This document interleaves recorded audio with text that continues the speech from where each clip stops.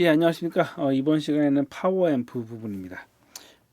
파워앰프 중요하죠. 예, 음향 시스템을 이야기를 할 때 가장 크게는 네 가지의 것들만 있으면 됩니다. 마이크나 아니면 뭐 다른 뭐 음악 뭐 노트북처럼 이제 입력되는 거가 있은 다음에는 믹서랑 앰프랑 스피커 요 네 가지만 구성이 되면 사실은 음향 시스템이 기본은 됐다고 생각하거든요. 여기에 뭐 컴프나 뭐 리버브나 이런 여러 가지의 것들은 말 그대로 옵션과 같은 거고 가장 기본적으로 없어서는 안 될 것 중에 하나가 그 파워앰프죠. 그리고 이제 이번 시간에 이제 6장에 이제 파워앰프와 스피커 말 그대로 이제 기존에는 음력 신호에 대한 것들에 대한 얘기를 했다면은 이제는 출력에 대한 이야기를 하려고 합니다.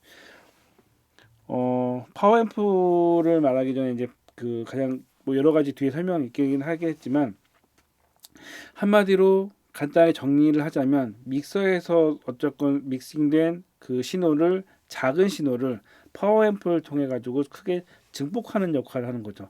자동차로 말씀드린다 그러면은 이제 엔진과 같은 역할이라고 생각하시면 될 것 같습니다. 엔진의 출력이 큰 만큼 좀 더 큰 힘을 낼 수 있다. 뭐 그렇게 간단하게 생각하시면 됩니다. 파워앰프는 기본적으로 이런 구조를 갖고 있습니다. 전면에 그 소리 볼륨을 조절할 수 입력 신호를 조정할 수 있는 노브가 있고 보통 후면에 입력 단자와 출력 단자가 있는 거죠.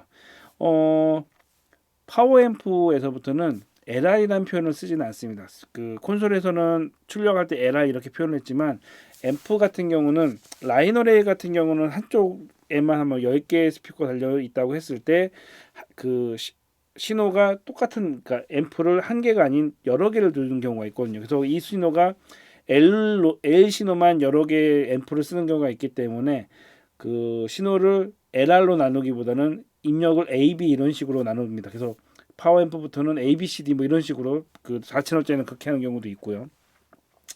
어쩌면 그 입력이 되는 경우가 있는데 또 이제 아까 말씀드린 것처럼 이 신호를 그 스피커를 하나만 쓰지 않는 경우가 있기 때문에 신호를 링크를 할 수 있는 스루 기능이 있습니다. 스루 그 커넥터가 있습니다. 그래서 그 앰프의 화면을 보시게 되면 입력되는 게 있고 그 링크를 위한 스루 기능, 출력되는 기능이 있고요.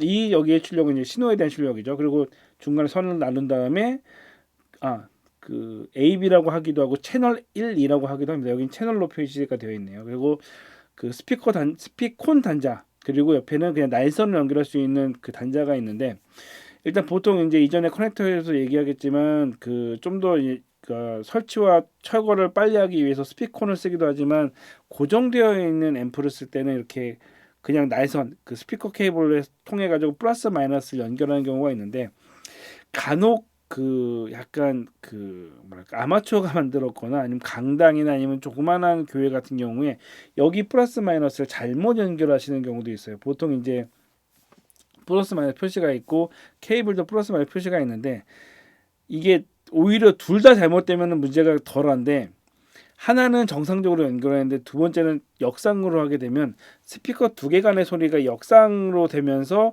소리 왜곡이 생깁니다. 한번 위상 반전이 생기게 되면서 소리가 굉장히 이상해지는 경우들이 가끔 있습니다. 그래서 그냥 스피치만 하는데 소리가 너무 이상해요 했을 때 막 되게 시골 교회에 갔을 때 간혹 이런 걸 뒤집어 놓는 경우가 있어가지고 제대로 해야지. 소리가 갑자기 깨끗해지는데 뭐 이런 얘기들을 들은 적이 있습니다. 그래서 이거는 플러스 마이너스 꼭 뭐지 그 플러스 마이너스 꼭 확인하고 체크해야 된다는 점 말씀드리고요. 간혹 여러분이 나중에 전문가가 되셔가지고 굉장히 낙후된 데를 체크하다 보면은 어떻게 보면 이런 누가 봐도 기본이라고 할 수 있는 이제 플러스 마이너스 연결 같은 것들이 잘못되어 있는 경우들이 있다. 왜냐면은 이제 진짜 아마추어인들은 그냥 선만 연결하면 소리가 나온다라고 생각하시는 곳들이 있으니까 뭐 그런 게 있다라는 말씀을 드리고요. 콘솔 그 앰프 중에서는 아까 투 채널이지만은 이제 이렇게 네 채널처럼 해가지고 그 하나의 앰프로 네 개의 스피커를 하는 경우도 있고요. 요즘 이제 스피커 양들이 많아지다 보니까 거기에 맞춰서 앰프 양이 많아지기보다는 이런 식으로 듀얼 그 앰프를 쓰는 경우들도 많습니다.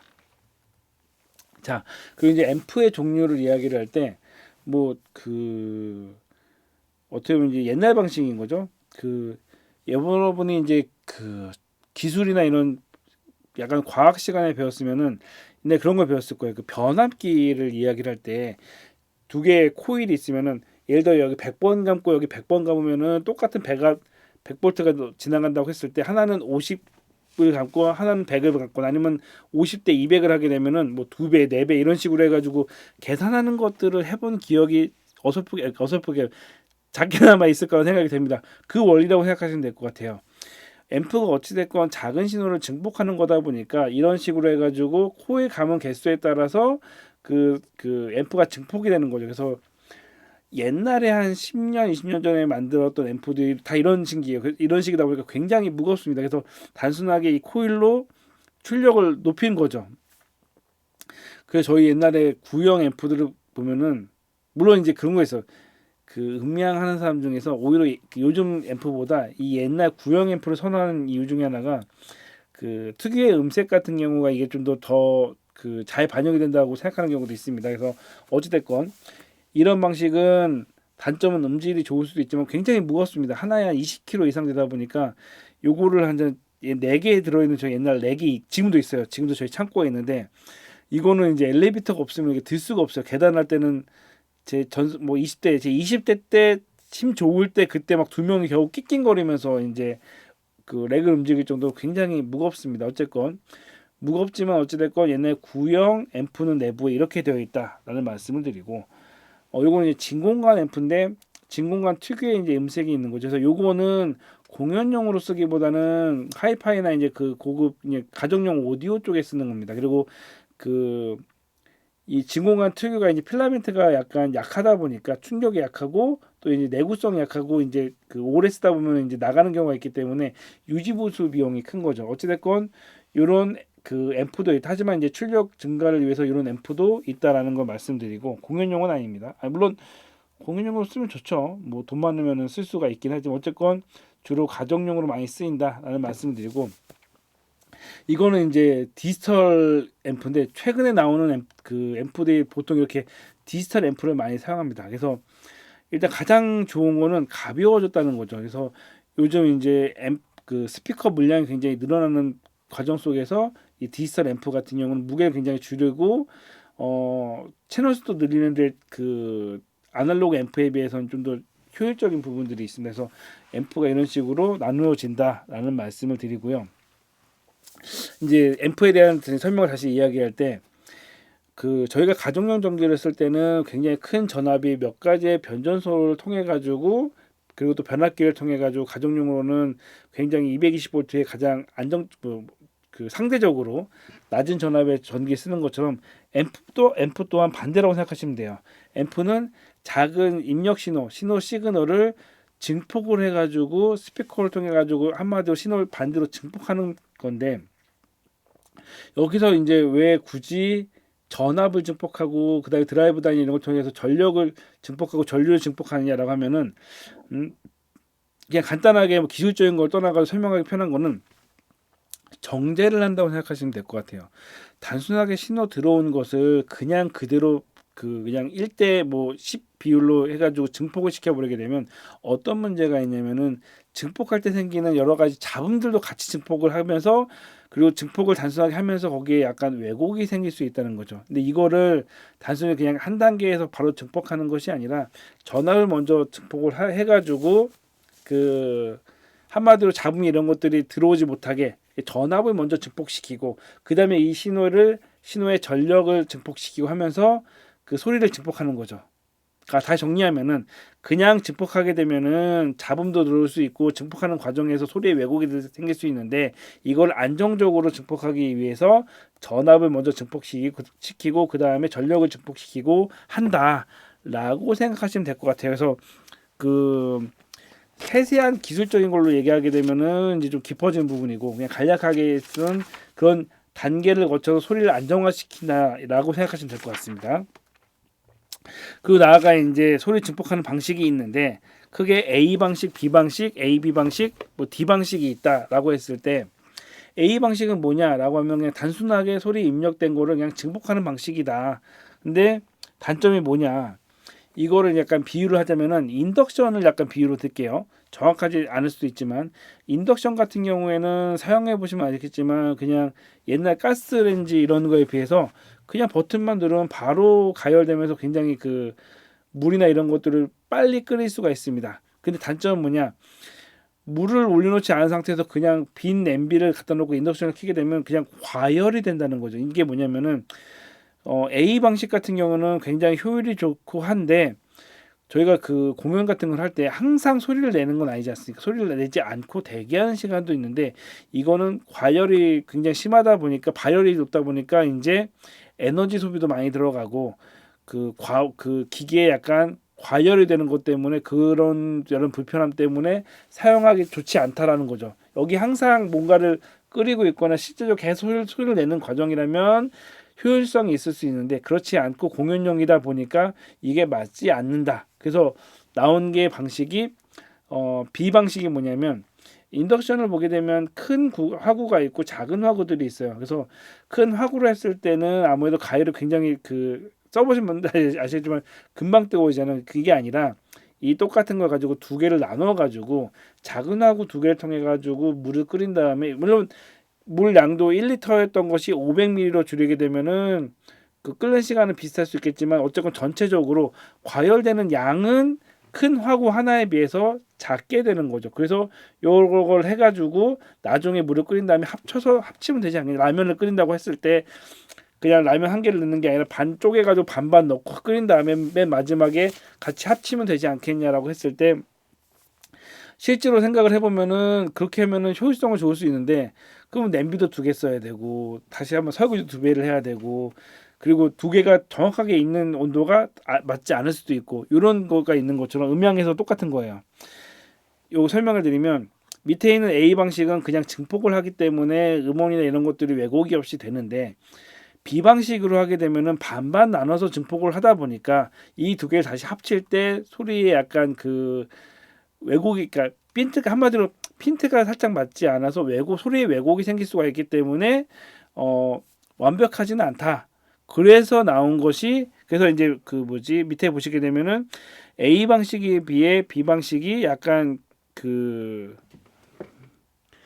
일그러짐이 좀 있을 수 있다 이런 걸 표현한 거고요. 그래서 나온 것이 이제 AB 방식으로 쓰고 있다라고 했을 때 그냥 AB 방식을 그냥 옛날 구형 앰프라고 생각하시면 돼요. 구형 앰프가 그냥 AB 방식으로 공연용으로 쓰고 있다라고 표현을 한 겁니다. 그래서 그리고 이제 그 다음에 나온 게 D 방식인데 D 방식은 이제 아까 말씀드린 디지털 앰프가 그냥 D 방식이라고 생각하시면 돼요.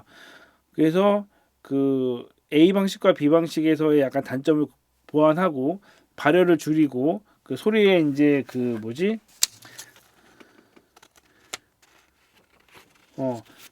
디지털 신호를 변하지 않고 그냥 바로 쓸 수 있는 장점이 있다. 그러니까 디지털 신호를 바로 증폭하는 장점이 있다라고 생각하시면 되고, 예, 그러니까 그 방식이 D 방식이라고 생각하시면 되고요. 요구에서 이제 나아가서도 조사를 하다가 본 건데 D 방식 외에 또 H 방식이 새로 있더라고요. 그래서 H 방식은 어떻게 보면은 AB 방식을 약간 개선해가지고 효율성을 약간 높인 방식이 있다. 그래서 자 정리하면은 A 방식이 있는데 너무 과열돼가지고 과부하 걸리는 약간 단점이 있어서 AB 방식을 했더니만 AB 방식은 소리를 두 개를 합쳤을 때 왜곡되는 단점이 있어가지고 실제로 쓰기 어렵더라. 그래서 나온 것이 AB 방식이고, 근데 이것도 방식을 하다 보니까 약간 구형 방식인데 그 다음에 나온 게 D 방식이어서 D 방식으로 요즘은 공연장에 많이 쓰고 있다. 근데 요즘 최근에는 H 방식이 나와서 H 방식도 많이 쓰고 있다. 이렇게 생각하시면 될 것 같아요.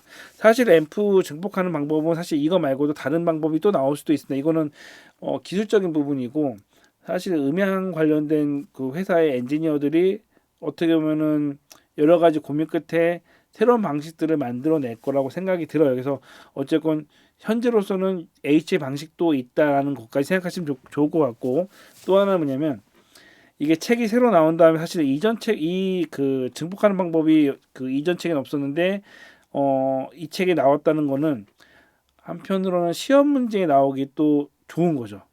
그래서 시험 문제에서 어떤 이 방식을 놓고 이 방식은 앰프 증폭 방식 중에 어떤 방식이냐 하고 표현할 수도 있고 앰프 증폭 방식 중에 맞지 않는 것은 무엇이냐 이런 식으로 나오기 꽤 편하기 때문에 나중에라도 이런 식으로 한 어떤 주제에 관해서 여러 가지 방식이 있다라고 하면 그 여러 가지 방식이 뭔지를 정확하게 파악하고 계신 것이 좋습니다. 그래서 시간이 되시면은 H 방식도 한번 찾아보셔가지고 특징이 무엇인지 알아두실 필요가 있다라고 말씀을 드립니다. 자, 이거는 이제 파워 앰프의 이제 스펙인데요. 사실 여기에 이제 여러 가지 숫자가 있는데 뭐 THD나 이런 것들, 뭐 모드, 그다음에 이제 스테레오 모드, 브릿지 모드, 패러렐 모드에서 어떤 효과가 있는지에 대한 것들에 대한 스펙입니다. 그래서 이 이후에 설명을 여러 가지 하겠지만 사실 그 모든 내용들이 사실 여기에 다 들어있다라고 생각을 하시면 될 것 같아요. 먼저 이제 그 순서와 상관없이 그냥 전체적으로 설명을 드릴게요. 아까 말씀드린 그 뭐지? 아까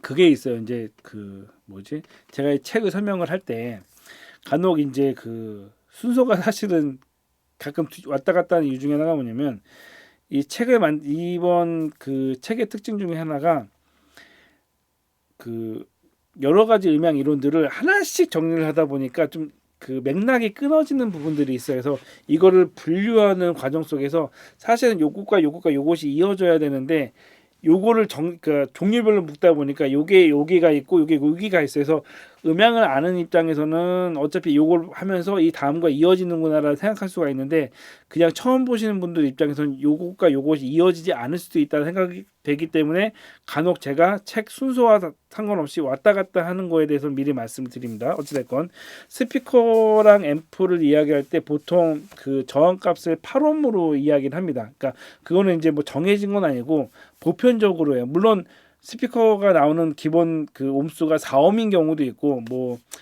그 전관 방송 그 스피커의 경우에는 굉장히 높은 그 옴수의 스피커인 경우도 있긴 한데 보통 공연용 스피커나 일반 스피커를 이야기할 때는 8옴 기준으로 해서 저희가 임피던스를 맞춥니다. 그래서 앰프가 8옴이면 스피커가 8옴을 맞췄을 때 가장 최적의 소리를 내는 거를 맞춘다라고 그냥 생각을 하세요.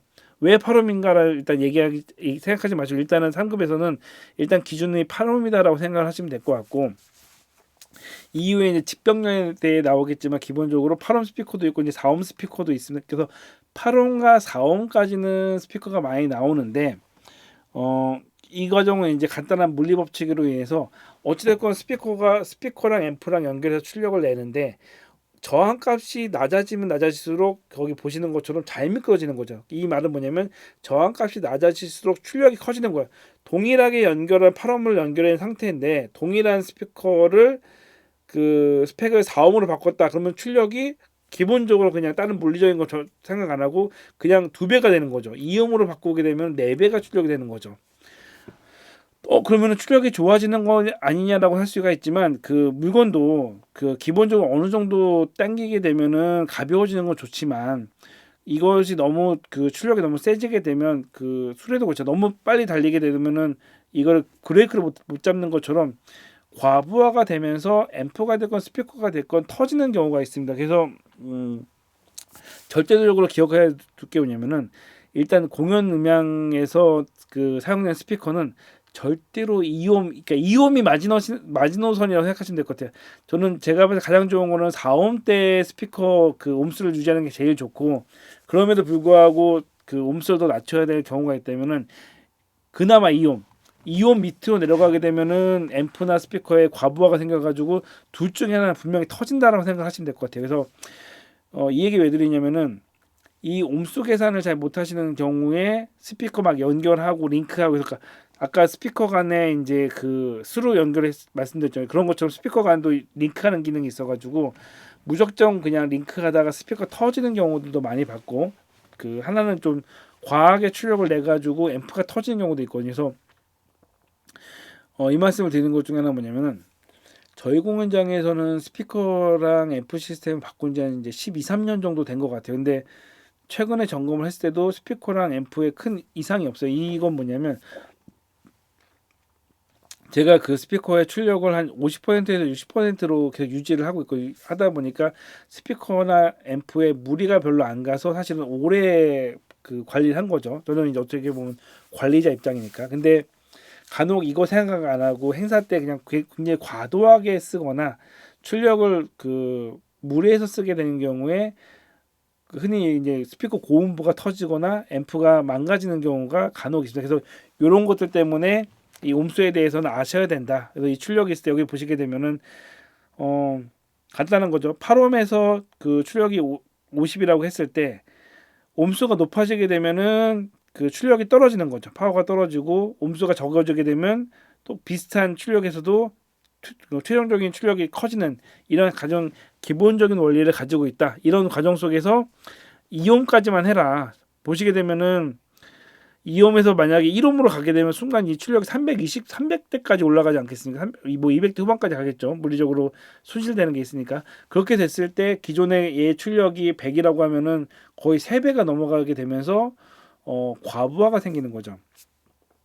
약간 다른 얘기일 수도 있는데 자동차가 보시게 되면 계기판이 뭐 예를 들어 제 차 같은 경우도 뭐 180까지 있긴 한데 순간적으로 180을 낼 수는 있어요. 만약 아우토바이나 진짜 차가 아무것도 없는 곳에서 낼 수가 있는데 그거를 계속 유지하다가는 차가 뻗어버린 거죠. 간혹 가다가 이제 이건 뭐냐면 가정용 스피커는 안 그런데 가끔 그 교회나 어디 가면은 그 소리 신호를 스피커로 해놓은 경우에 소리가 잘 안 들린다고 스피커 볼륨을 100으로 놓는 경우들이 가끔 있어요. 제가 그런 것들이 공공기관이나 이제 관리자가 없는 경우 이런 경우가 있는데 보통 그렇게 했을 때 스피커가 보통 뭐 한두 달 안에 망가지죠. 그래서 이제 왜냐면 제가 왜 그러냐면은 뭐 고장났다고 해서 가면은 이게 망가질 게 아닌데 망가져 있어. 그러면 다 볼륨을 100까지 누군가가 리모컨으로 소리가 작으니까 그 출력되는 소리를 키웠어야 되는데 그냥 무작정 거기서 100으로 놓은 거예요. 100을 놓은 상태에서 그 상태에서 나중에 출력을 높이니까 그냥 이게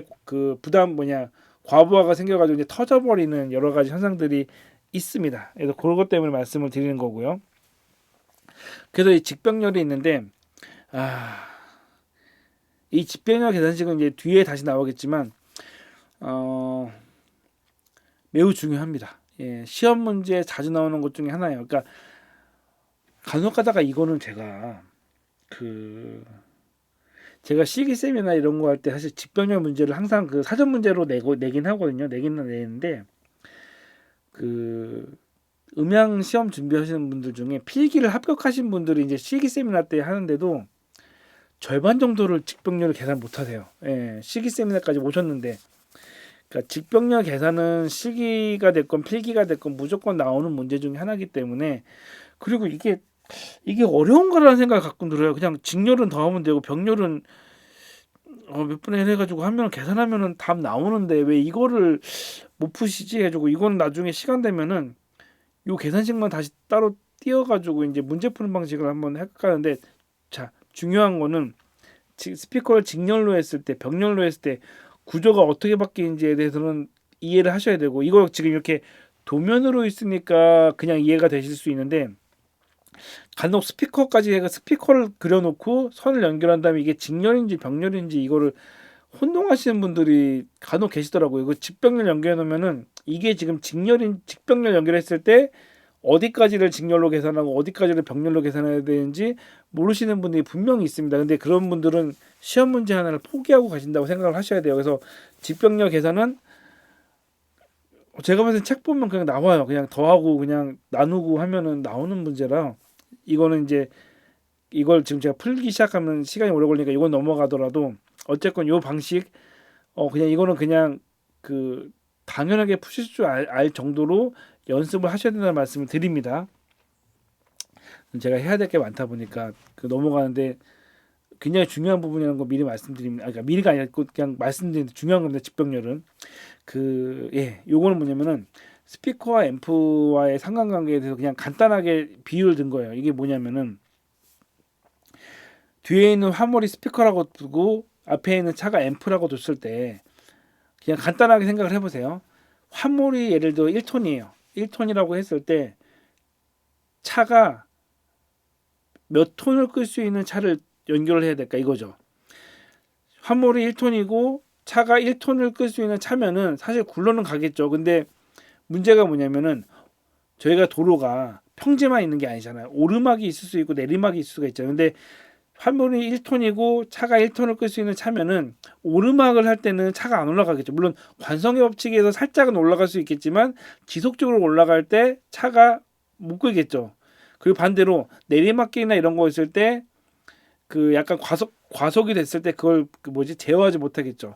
그렇기 때문에 만약 화물이 그 1톤 정도 된다면 차량은 약 1.5톤에서 권장 사이즈는 2톤 정도 되면은 그 뭐지 화물을 쉽게 오르막이나 내리막이나 어쨌건 길을 갈 때 큰 무리 없이 갈 수 있겠죠. 물론 여기서 화물이 1톤인데 차량이 뭐 3톤, 4톤, 뭐 10톤 일 끌 수 있는 차량을 단다.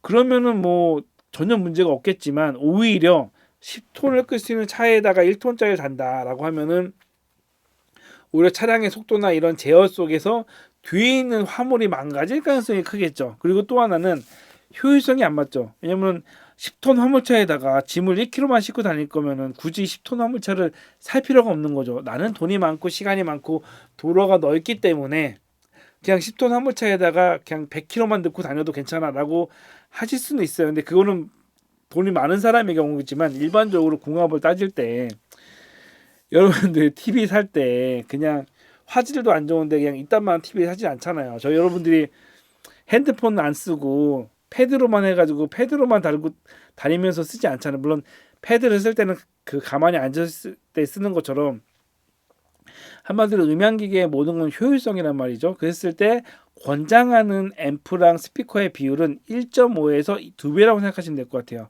제 개인적으로는 왜냐면은 정상적인 기계라면 1.5배 정도도 괜찮고 여유가 있다면 2배까지는 괜찮은 것 같아요. 한마디로 뭐냐면 앰프가 1000W를 낸다면은 스피커를 500W 정도 되는 거를 쓰았을 때 약간 그 뭐지 그 댐핑 나중에 이제 그 스피커를 원활하게 쓸 수 있다라고 생각을 하시면 될 것 같아요.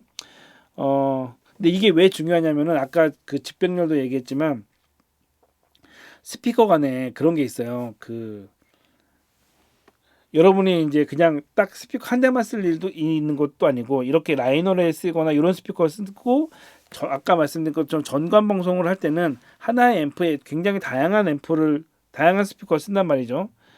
이렇게 했을 때 일단 1차적으로 직병렬을 계산할 수가 없으면은 이거 세팅을 못 하는 거죠. 물론 여러분이 이제 공연장에서 이미 세팅되어 있는 장비를 그냥 쓴다면은 잘 모를 수가 있는데 여러분이 렌탈 회사에 가가지고 장비와 장비를 연결을 해야 될 때 그 뭐지 용량 계산을 잘못하게 되면은 앰프나 스피커나 무리가 돼서 터질 가능성이 큰 거죠. 자, 이 얘기를 왜 했냐? 돌고 돌아서 패러렐 스테레오 브릿지 모드를 설명하기 위해서 설명을 드리는 거예요. 그거 안 넣었구나. 그 뭐지? 이게 뭐냐면은 처음에 스피커를 살 때 아까 말씀드린 것처럼 앰프가 그 스피커에 비해서 2배 정도 높으면 좋다라고 했잖아요. 1.5배에서 2배 정도 높으면 좋은데 항상 그렇게 세팅된 것만 쓰는 게 아니라 렌탈 회사 같은 데 가게 되면 스피커도 종류별로 있고 앰프도 종류별로 있단 말이에요. 라고 했을 때 예를 들어 내일 행사예요. 내일 행사인데 야, 너 내일 갈 때 그 스피커랑 앰프랑 네가 알아서 챙겨서 가라고 했는데 앰프를 그러니까 간단한 비교예요. 앰프가 1000W짜리가 되게 많은데 스피커가 500W짜리예요. 그러면은 별 문제 없겠죠. 앰프가 1000W고 스피커가 500W면 한 2배 정도 되니까 그냥 이거 세팅하고 가면 되겠네라고 했는데 그 뭐지?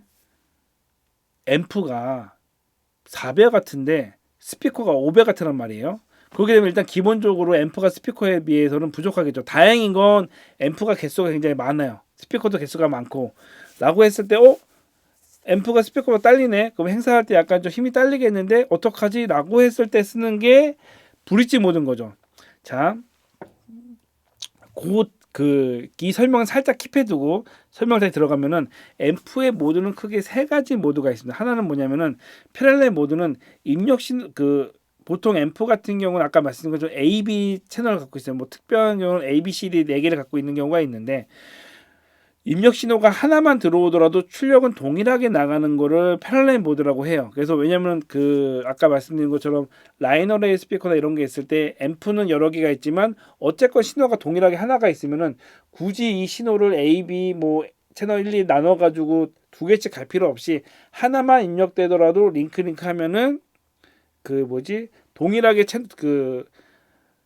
출력은 두 군데에서 나가니까 그 두 군데 나가는 것이 동일하게 나가게 하는 거죠. 이게 이제 기본적인 패널렛 모드는 그 라이너레이에 쓰는 방식이고, 밑에 있는 스테레오 같은 경우는 그냥 그 조그만한 강단 같은 경우에 스피커가 두 개고 앰프가 하나밖에 없을 때, 그럴 때는 믹서에서 LR을 떼가지고 하나는 채널 1, 하나는 채널 2에 넣어가지고 왼쪽 스피커, 오른쪽 스피커 구분하는 방식이 이제 스테레오 방식인 거죠. 그래서 패널렛 모드는 다시 정리하면은 입력이 하나만 들어오더라도 출력 A, B가 동일한 소리가 나가는 거를 패널렛 모드. 스테레오 모드는 A 입력, B 입력 따로 해가지고 A 입력으로 된 거는 A 채널에, B 입력이 된 거는 B 채널에 나가게 하는 게 스테레오 모드인 거죠. 자, 근데 이 상황에서 아까 다시 이야기로 돌아와서 스피커랑 앰프를 구성을 하려고 하는데, 스피커는 아까 말씀드린 것처럼 500W인데 앰프가 400W밖에 안 돼요. 이랬을 때 출력, 아니면 앰프가 300W밖에 안 된다고 했을 때 상당히 그 앰프 출력이 부족해요. 이럴 때 그 앰프를, 자 정리하면은 두 개를 합치는 거죠. 자, 앰프를 두 개를 합치게 되면 두 배가 되겠죠. 근데 그 중에 중요한 게 뭐냐면 그 브릿지 모드가, 자 여기서는 이제 특이의 파워 부스트 모드라고 있어요. 이건 뭐냐면 뭐랄까, 제조사마다 브릿지 이거 똑같은 현상을 명칭을 다르게 한 거예요. 우리는 이거 야마 그 앰프였는데, 우리는 브릿지 모드 쓰지 않고 좀 개선돼 가지고 우리는 파워 부스트 모드 쓰겠다라고 그냥 표현만 하는 거예요. 근데 그 명칭은 이제 브릿지 모드입니다. 브릿지 모드 같은 경우는 앰프 두 개를 합친 거예요. 앰프 두 개 합쳐 가지고 하나의, 한마디로 기본적으로는 앰프가 A, B 두 개의 스피커를 내야 되지만, 이걸 합쳐 가지고 앰프를 두 개 합쳐 가지고 하나의 스피커를 내는데, 여기서 또 하나 중요한 건 뭐냐면 플러스 마이너스를 바꿔 가지고 증폭을 또 두 배를 했어요. 그러니까 A, B를 합쳐서 두 배, 플러스 마이너스를 뒤집어 가지고 두 배, 총 해서 네 배를 돌리는 겁니다. 브릿지 모드는 두 배가 아니라 네 배예요. 근데 이론적으로는 네 배인데 실제로는 이거를 합치다 보니까 에너지 손실이 돼 가지고 두세 배 정도의 출력밖에 안 나온다라고 하더라고요. 그래서 두 배 이상은 되는데 뭐 많아봤자 세 배 정도, 그러니까 네 배까지는 안 나온다. 근데 이론적으로는 네 배다 이거죠. 그래서 이게 뭐냐면, 만약에 시험 문제를 낸다고 했으면 이렇게 유혹할 것 같아요. 브릿지 모드시 이론상 가능한 출력은 최대 4배다 라고 하는 거랑, 그 브릿지 모드시 출력은 4배가 나온다, 요거랑 약간 좀 말이 틀린 거죠.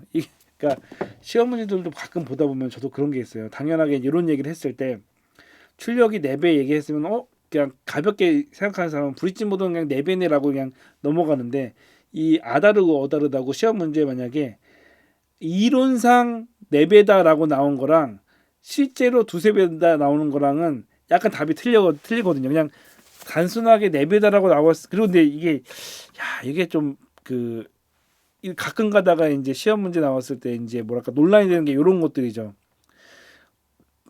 당연하게 그냥 4배 나오는 거 아니야. 그러니까 예를 들어 이론상 4배로 알고 있는데 그냥 4배라고 했을 때, 잠깐만 이거는 그 이론상을 얘기한 거야, 아니면은 그 실제로 나오는 걸 얘기한 거야. 이게 아산모사처럼 약간 헷갈리게 나오는 그 보기들이 가끔 있어요. 저도 그게 보면 좀, 야 이렇게 하면 그 문제 푸는 사람들이 약간 헷갈리겠다라고 나오는데, 어쨌건 그런 식으로 문제가 나오는 경우들도 있을 수 있습니다. 그래서 좀 다시 정리를 할게요. 다 브릿지 모드는 기본적으로 그 A, B를 합쳐가지고 출력이 2배, 플러스 마이너스를 합치게 되면서 기본적으로 4배 출력, 이론상으로 4배 출력 같지만 실제적으로 그 측정을 해보면은 에너지 손실이 생기다 보니까 2배에서 3배 정도의 출력이 나온다라고 생각하시면 될 것 같아요. 그래서 보통 이제 아까 말씀드린 것처럼 500W의 스피커랑 뭐 300W 내지 혹은 400W 앰프를 연결할 때 출력이 부족하기 때문에 이럴 때는 브릿지 모드를 써서 보통 하게 되면은 800W에서 뭐 1000W 정도의 출력이 나오겠죠. 그랬을 때 500W의 스피커를 충분하게 커버할 수가 있다. 다만 여기서 뭐냐면은 앰프가 이제 한 개당 스피커 한 개가 되는 거죠. 이전에는 앰프 한 개당 스피커 두 개가 됐지만 앰프 한 개당 스피커 한 개인 거죠. 요런 거는 이제 나중에 만약에 제가 시험 문제를 낸다면 2급 같은 거 낼 때, 아니면 3급에서도 스피커가 이렇게 됐을 때 앰프가 몇 개 필요하냐, 뭐 계산식 이렇게 했을 때 그 앰프 출력이 약간 앰프가 이제 그 스피커에 비해 출력이 작게 만들었을 때 그 몇 개가 필요하냐 이런 식으로 문제를 낼 수도 있겠죠. 그랬을 때 좀 이걸 아는 사람들은 그러면은 이거 브릿지 모드로 해야 되니까 뭐 앰프 한 개당 스피커 한 개씩 물려야 되겠네라고 할 수 있지만 이걸 모르는 사람은 앰프는 그러니까 와트수 이런 거 계산을 못하는 사람은 앰프는 기본적으로 출력이 두 개 있으니까 앰프 한 개당 스피커 두 개씩 연결하면 되겠지. 이렇게 잘못 생각할 수도 있는 거죠. 그래서 예전에 시기 문제도 이런 비슷하게 당연히 아는 건데 이런 원리들을 몰랐을 때 틀리게 나오는 약간 함정 문제들이 좀 많습니다. 어쨌건 모두에는 이런 게 있다라는 말씀을 드리고요. 입력 감도는 그냥 간단하게 얘기해가지고 어쨌건 입력 감도는 입력 감도가 좋을수록 적게 올려도 최대 출력을 낼 수가 있는 거죠. 근데 여기 책에 나온 것처럼 어찌됐건 최대 출력은 변함이 없다라는 거는 이제 기본으로 깔고 가는 건데 사실 제가 개인적으로는 이제 스피커 세팅할 때 입력 감도까지는 굳이 신경을 안 쓰는 이유 중에 하나가 제가 갖고 있는 앰프에는 입력감도 조정할 수 있는 게 사실은 없었기 때문에 이번 저도 책을 보면서 이 입력감도 조정할 수 있는 게 있나 보다라는 걸 알았는데 어쨌건 이런 기능이 있다 정도로만 생각을 하시면 될 것 같고 표에 의해서 입력감도에 따라서 출력할 수 있는 개인이 달라질 수 있다 이 정도로만 생각하시면 될 것 같습니다. 자 그리고 이제 주파수 응답 특성인데 한마디로 그거예요. 입력 신호가 들어왔을 때 이 가지고 있는 앰프가 얼마나 더 안정적으로 낼 수 있냐. 저희가 가청 주파수가 20에서 2만 헤르츠라고 이야기를 하는데 거기에 있어서 이걸 얼마나 그러니까 100이 들어왔으면 100을 출력해야 되는 거잖아요. 근데 요거는 이제 뭐가 있냐면은 편차가 크게 되면은 100을 입력했는데 뭐 98이 나오거나 100을 입력했는데 102가 나오거나 그런 현상인 거죠.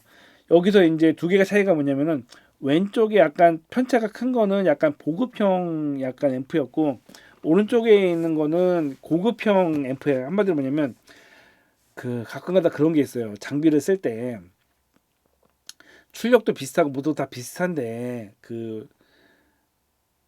공연장이나 아니면 약간 프로 오디오에서 좀 비싸고 메이커 있고 좋은 걸 쓰는 가장 큰 이유 중에 하나가 이런 거예요. 실제 측정을 하게 되면 저가의 제품도 어쨌건 어느 정도의 출력과 어느 정도의 신호를 내보내요. 근데 공연장에서 공연을 하다 보면은 그런 게 있어요. 소리 같은 걸 들을 때 미묘하게 좋고 나쁜 게 들려요. 그러니까 저희 공연장의 소리를 제가 판단했을 때 사실은 뭐 0부터 100부터 1등까지 둔다면은 저희 공연장의 스피커는 뭐 제 판단으로는 30 정도 20까지는 좀 애매하고 30 정도라고 저는 판단을 해요. 근데 사실은 공연 들어온 사람들 중에 한 8, 90%는 저희 공연장 소리에 그렇게 크게 불만을 갖진 않아요. 근데 저는 개인적으로는 약간 불만이 있긴 하죠.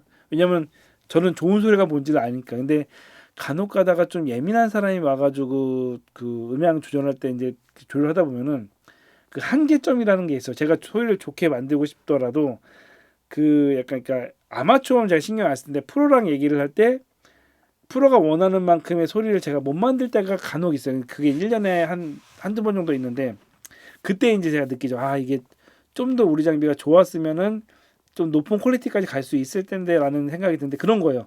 저가형 앰프에서는 응답 특성이 저렇게 좀 고르지가 않고 고가일수록 고르다고 말씀드렸잖아요.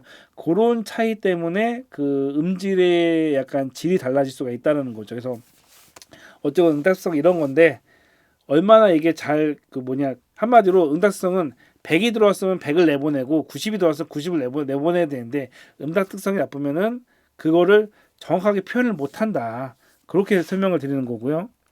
이게 이제 제가 표현한 건데 그래픽에서도 그런 게 있어요.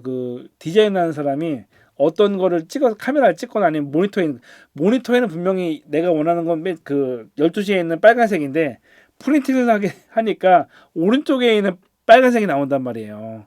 가끔 화면들 보면은 듀얼 모니터가 있으면 똑같은 화면도 약간 다르게 색감이 나오잖아요. 이게 그냥 보는 입장에서 상관없는데 내가 그래픽을 하는 입장에서 포스터를 만들었는데 내가 분명히 화면에서는 이 색깔로 해가지고 이쁘게 만들었는데 출력하고 나니까 약간 개판 나오면은 여기서는 이제 두 가지 중에 하나 이제 모니터를 바꾸던가 프린터를 바꾸던가 하는 거죠. 한마디로 음향에서 똑같은 거예요. 내가 이 소리를 생각을 하고 만들었는데 출력이 이상하게 나와. 그러면은 뭐 둘 중에 하나를 바꾸긴 해야 되겠죠. 이런 것처럼 그 주파수 응답 특성 같은 경우는 내가 생각하는 그 소리를 그대로 내기 위해서 얼마나 그게 좋은가라는 겁니다. 어쨌건 여기서 말이 길어지긴 했지만 그런 거라고 생각하시면 되고요.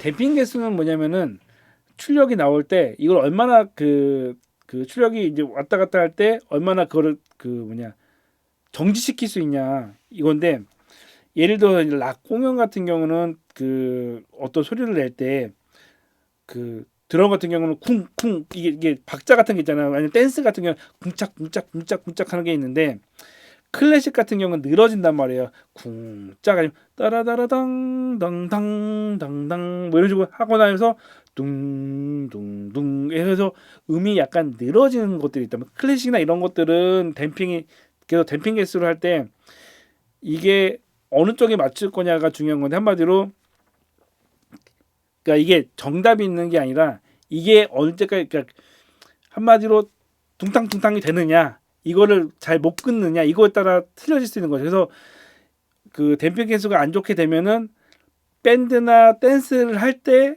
그 뭐지 소리가 명료하게 똑똑똑 안 떨어지는 현상이 생길 수도 있다. 물론 이제 클래식 할 때는 사실은 클래식까지의 댐핑 개수는 사실은 무의미하고, 다만 어쨌건 댄스나 소리가 딱딱 끊어질 때 댐핑 개수에 따라서 그 그러니까 소리 재생을 할 때 그 딱딱 떨어지는 걸 할 수 있느냐 없느냐인 거죠. 브레이크, 저희가 이제 자동차 표현을 많이 하는데, 자동차에서 브레이크를 밟았을 때 바로 딱 멈추느냐 아니면은 이렇게 질질 끄느냐에 따라서 자동차의 성능이 변하는 것처럼 이 앰프가 딱딱 그 신호를 넣었다 뺐다를 할 수 있냐, 그거에 따라서 그 소리의 약간 질감을 높일 수도 있고 그걸 높이지 못할 수도 있다. 그런 거에 대한 표현을 생각하시면 됩니다. 자, SMB 같은 경우는 시험에 자주 나오는 것 중에 하나예요. 간단하게 공식으로 이렇게 되어 있는데, 간단하게 설명을 드리면 뭐냐면 이걸 아까 표현하려고 했던 건데, 어쩌면 저희가 그 신호가 있다 보면은 이렇게 약간 좀 그 이런 약간 불필요한 노이즈들이 항상 생기게 됩니다. 그래서 SMB는 뭐냐, 오른쪽에 있는 건 노이즈고 왼쪽에 있는 건 시그널이에요. 그러니까 노이즈랑 시그널이랑 그 차이가 낮으면, 그 차이가 없으면 없을수록 그 신호랑 노이즈랑 구분은 안 되겠죠. 지지거리는 소리가 많겠죠. 노이즈랑 그 신호랑 차이가 많으면 많을수록 소리가 선명하게 생기겠죠. 그게 SMB라고 생각하시면 돼요. 한마디로 신호랑 노이즈랑 차이가 얼마만큼 나냐, 차이가 많이 나면 날수록 어떻게 보면 상대적으로 노이즈는 작은 거고 신호는 명확하게 들리는 거죠. 근데 SMB가 낮으면 낮을수록 잡음이 소리에 비슷해지기 때문에 소리랑 잡음이랑 같아지는 거죠. 그리고 예를 들어서 SMB가 큰 거예요. 제가 말을 하는데 잡음이 많이 들어간다. 이게 SMB가 낮은 거고, SMB가 멀어가지고 제가 말하는 거랑 잡음이랑 별 차이가 없다. 그러니까 제가 말하는 거랑 잡음이 너무 큰 차이가 나기 때문에 잡음이 안 들린다. 그게 SMB가 높다라고 생각을 하시면 될 것 같아요. 어디서는 여기서 이제 90dB라고 나오는데, 어디서는 60dB 이상 되면은 명료도가 있다라고 나오는데, 여기서 책에 표현하는 건 90dB 이상 돼야지 선명하다라고 생각을 하는 것 같습니다. 요거는 이제 그 상황에 따라 약간 틀린 부분이 있고요.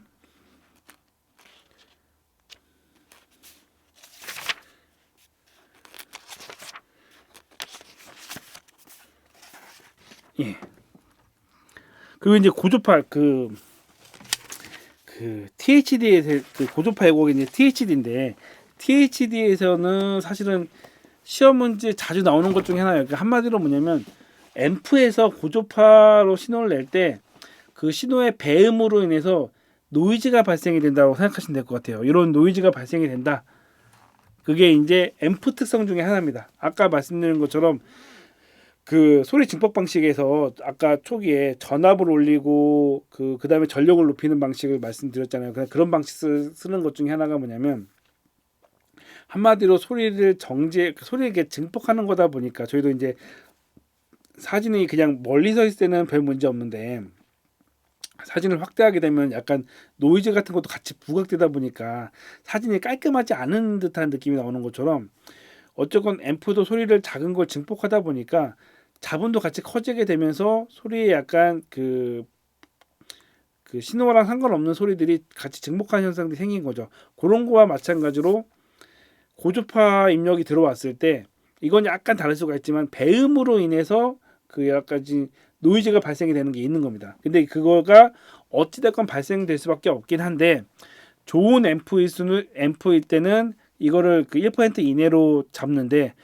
좀 좋지 않은 것들은 이제 부품이나 이런 것들은 한계 때문에 1%가 넘어가게 되면 고주파 왜곡으로 인해서 그 노이즈가 발생될 수가 있다. 그래서 그게 1%가 넘어가게 되면 귀에 거슬릴 수가 있다 정도라고 생각하시면 될 것 같아요. 예. 그러니까 예, 그렇죠. 그러니까 왜곡되는 것들이 거슬릴 수 있다라고 생각하시면 될 것 같습니다. 예. 어쨌건 아까 얘기했던 그 이 뒤에 있는 그 뭐지 모드랑 이제 직렬 병렬 방식은 그 앞에 설명했기 때문에 따로는 설명 안 하고요. 예. 사실 계산 방식은 여기 책에 있는 거 186페이지랑 70페이지 보게 되면 사실은 직병렬 계산하는 방식은 다 나와 있거든요. 그렇기 때문에 다른 건 몰라도 직병렬 계산하는 거는 꼭 마스터 하시기를 바라고 안 하시면 다음에 또 제가 또 이 부분에 대해서 따로 또 설명을 또 드리긴 할 텐데 어찌됐건 이 부분 당연하게 계산이 되셔야 된다. 이 말씀을 꼭 드리고 있습니다.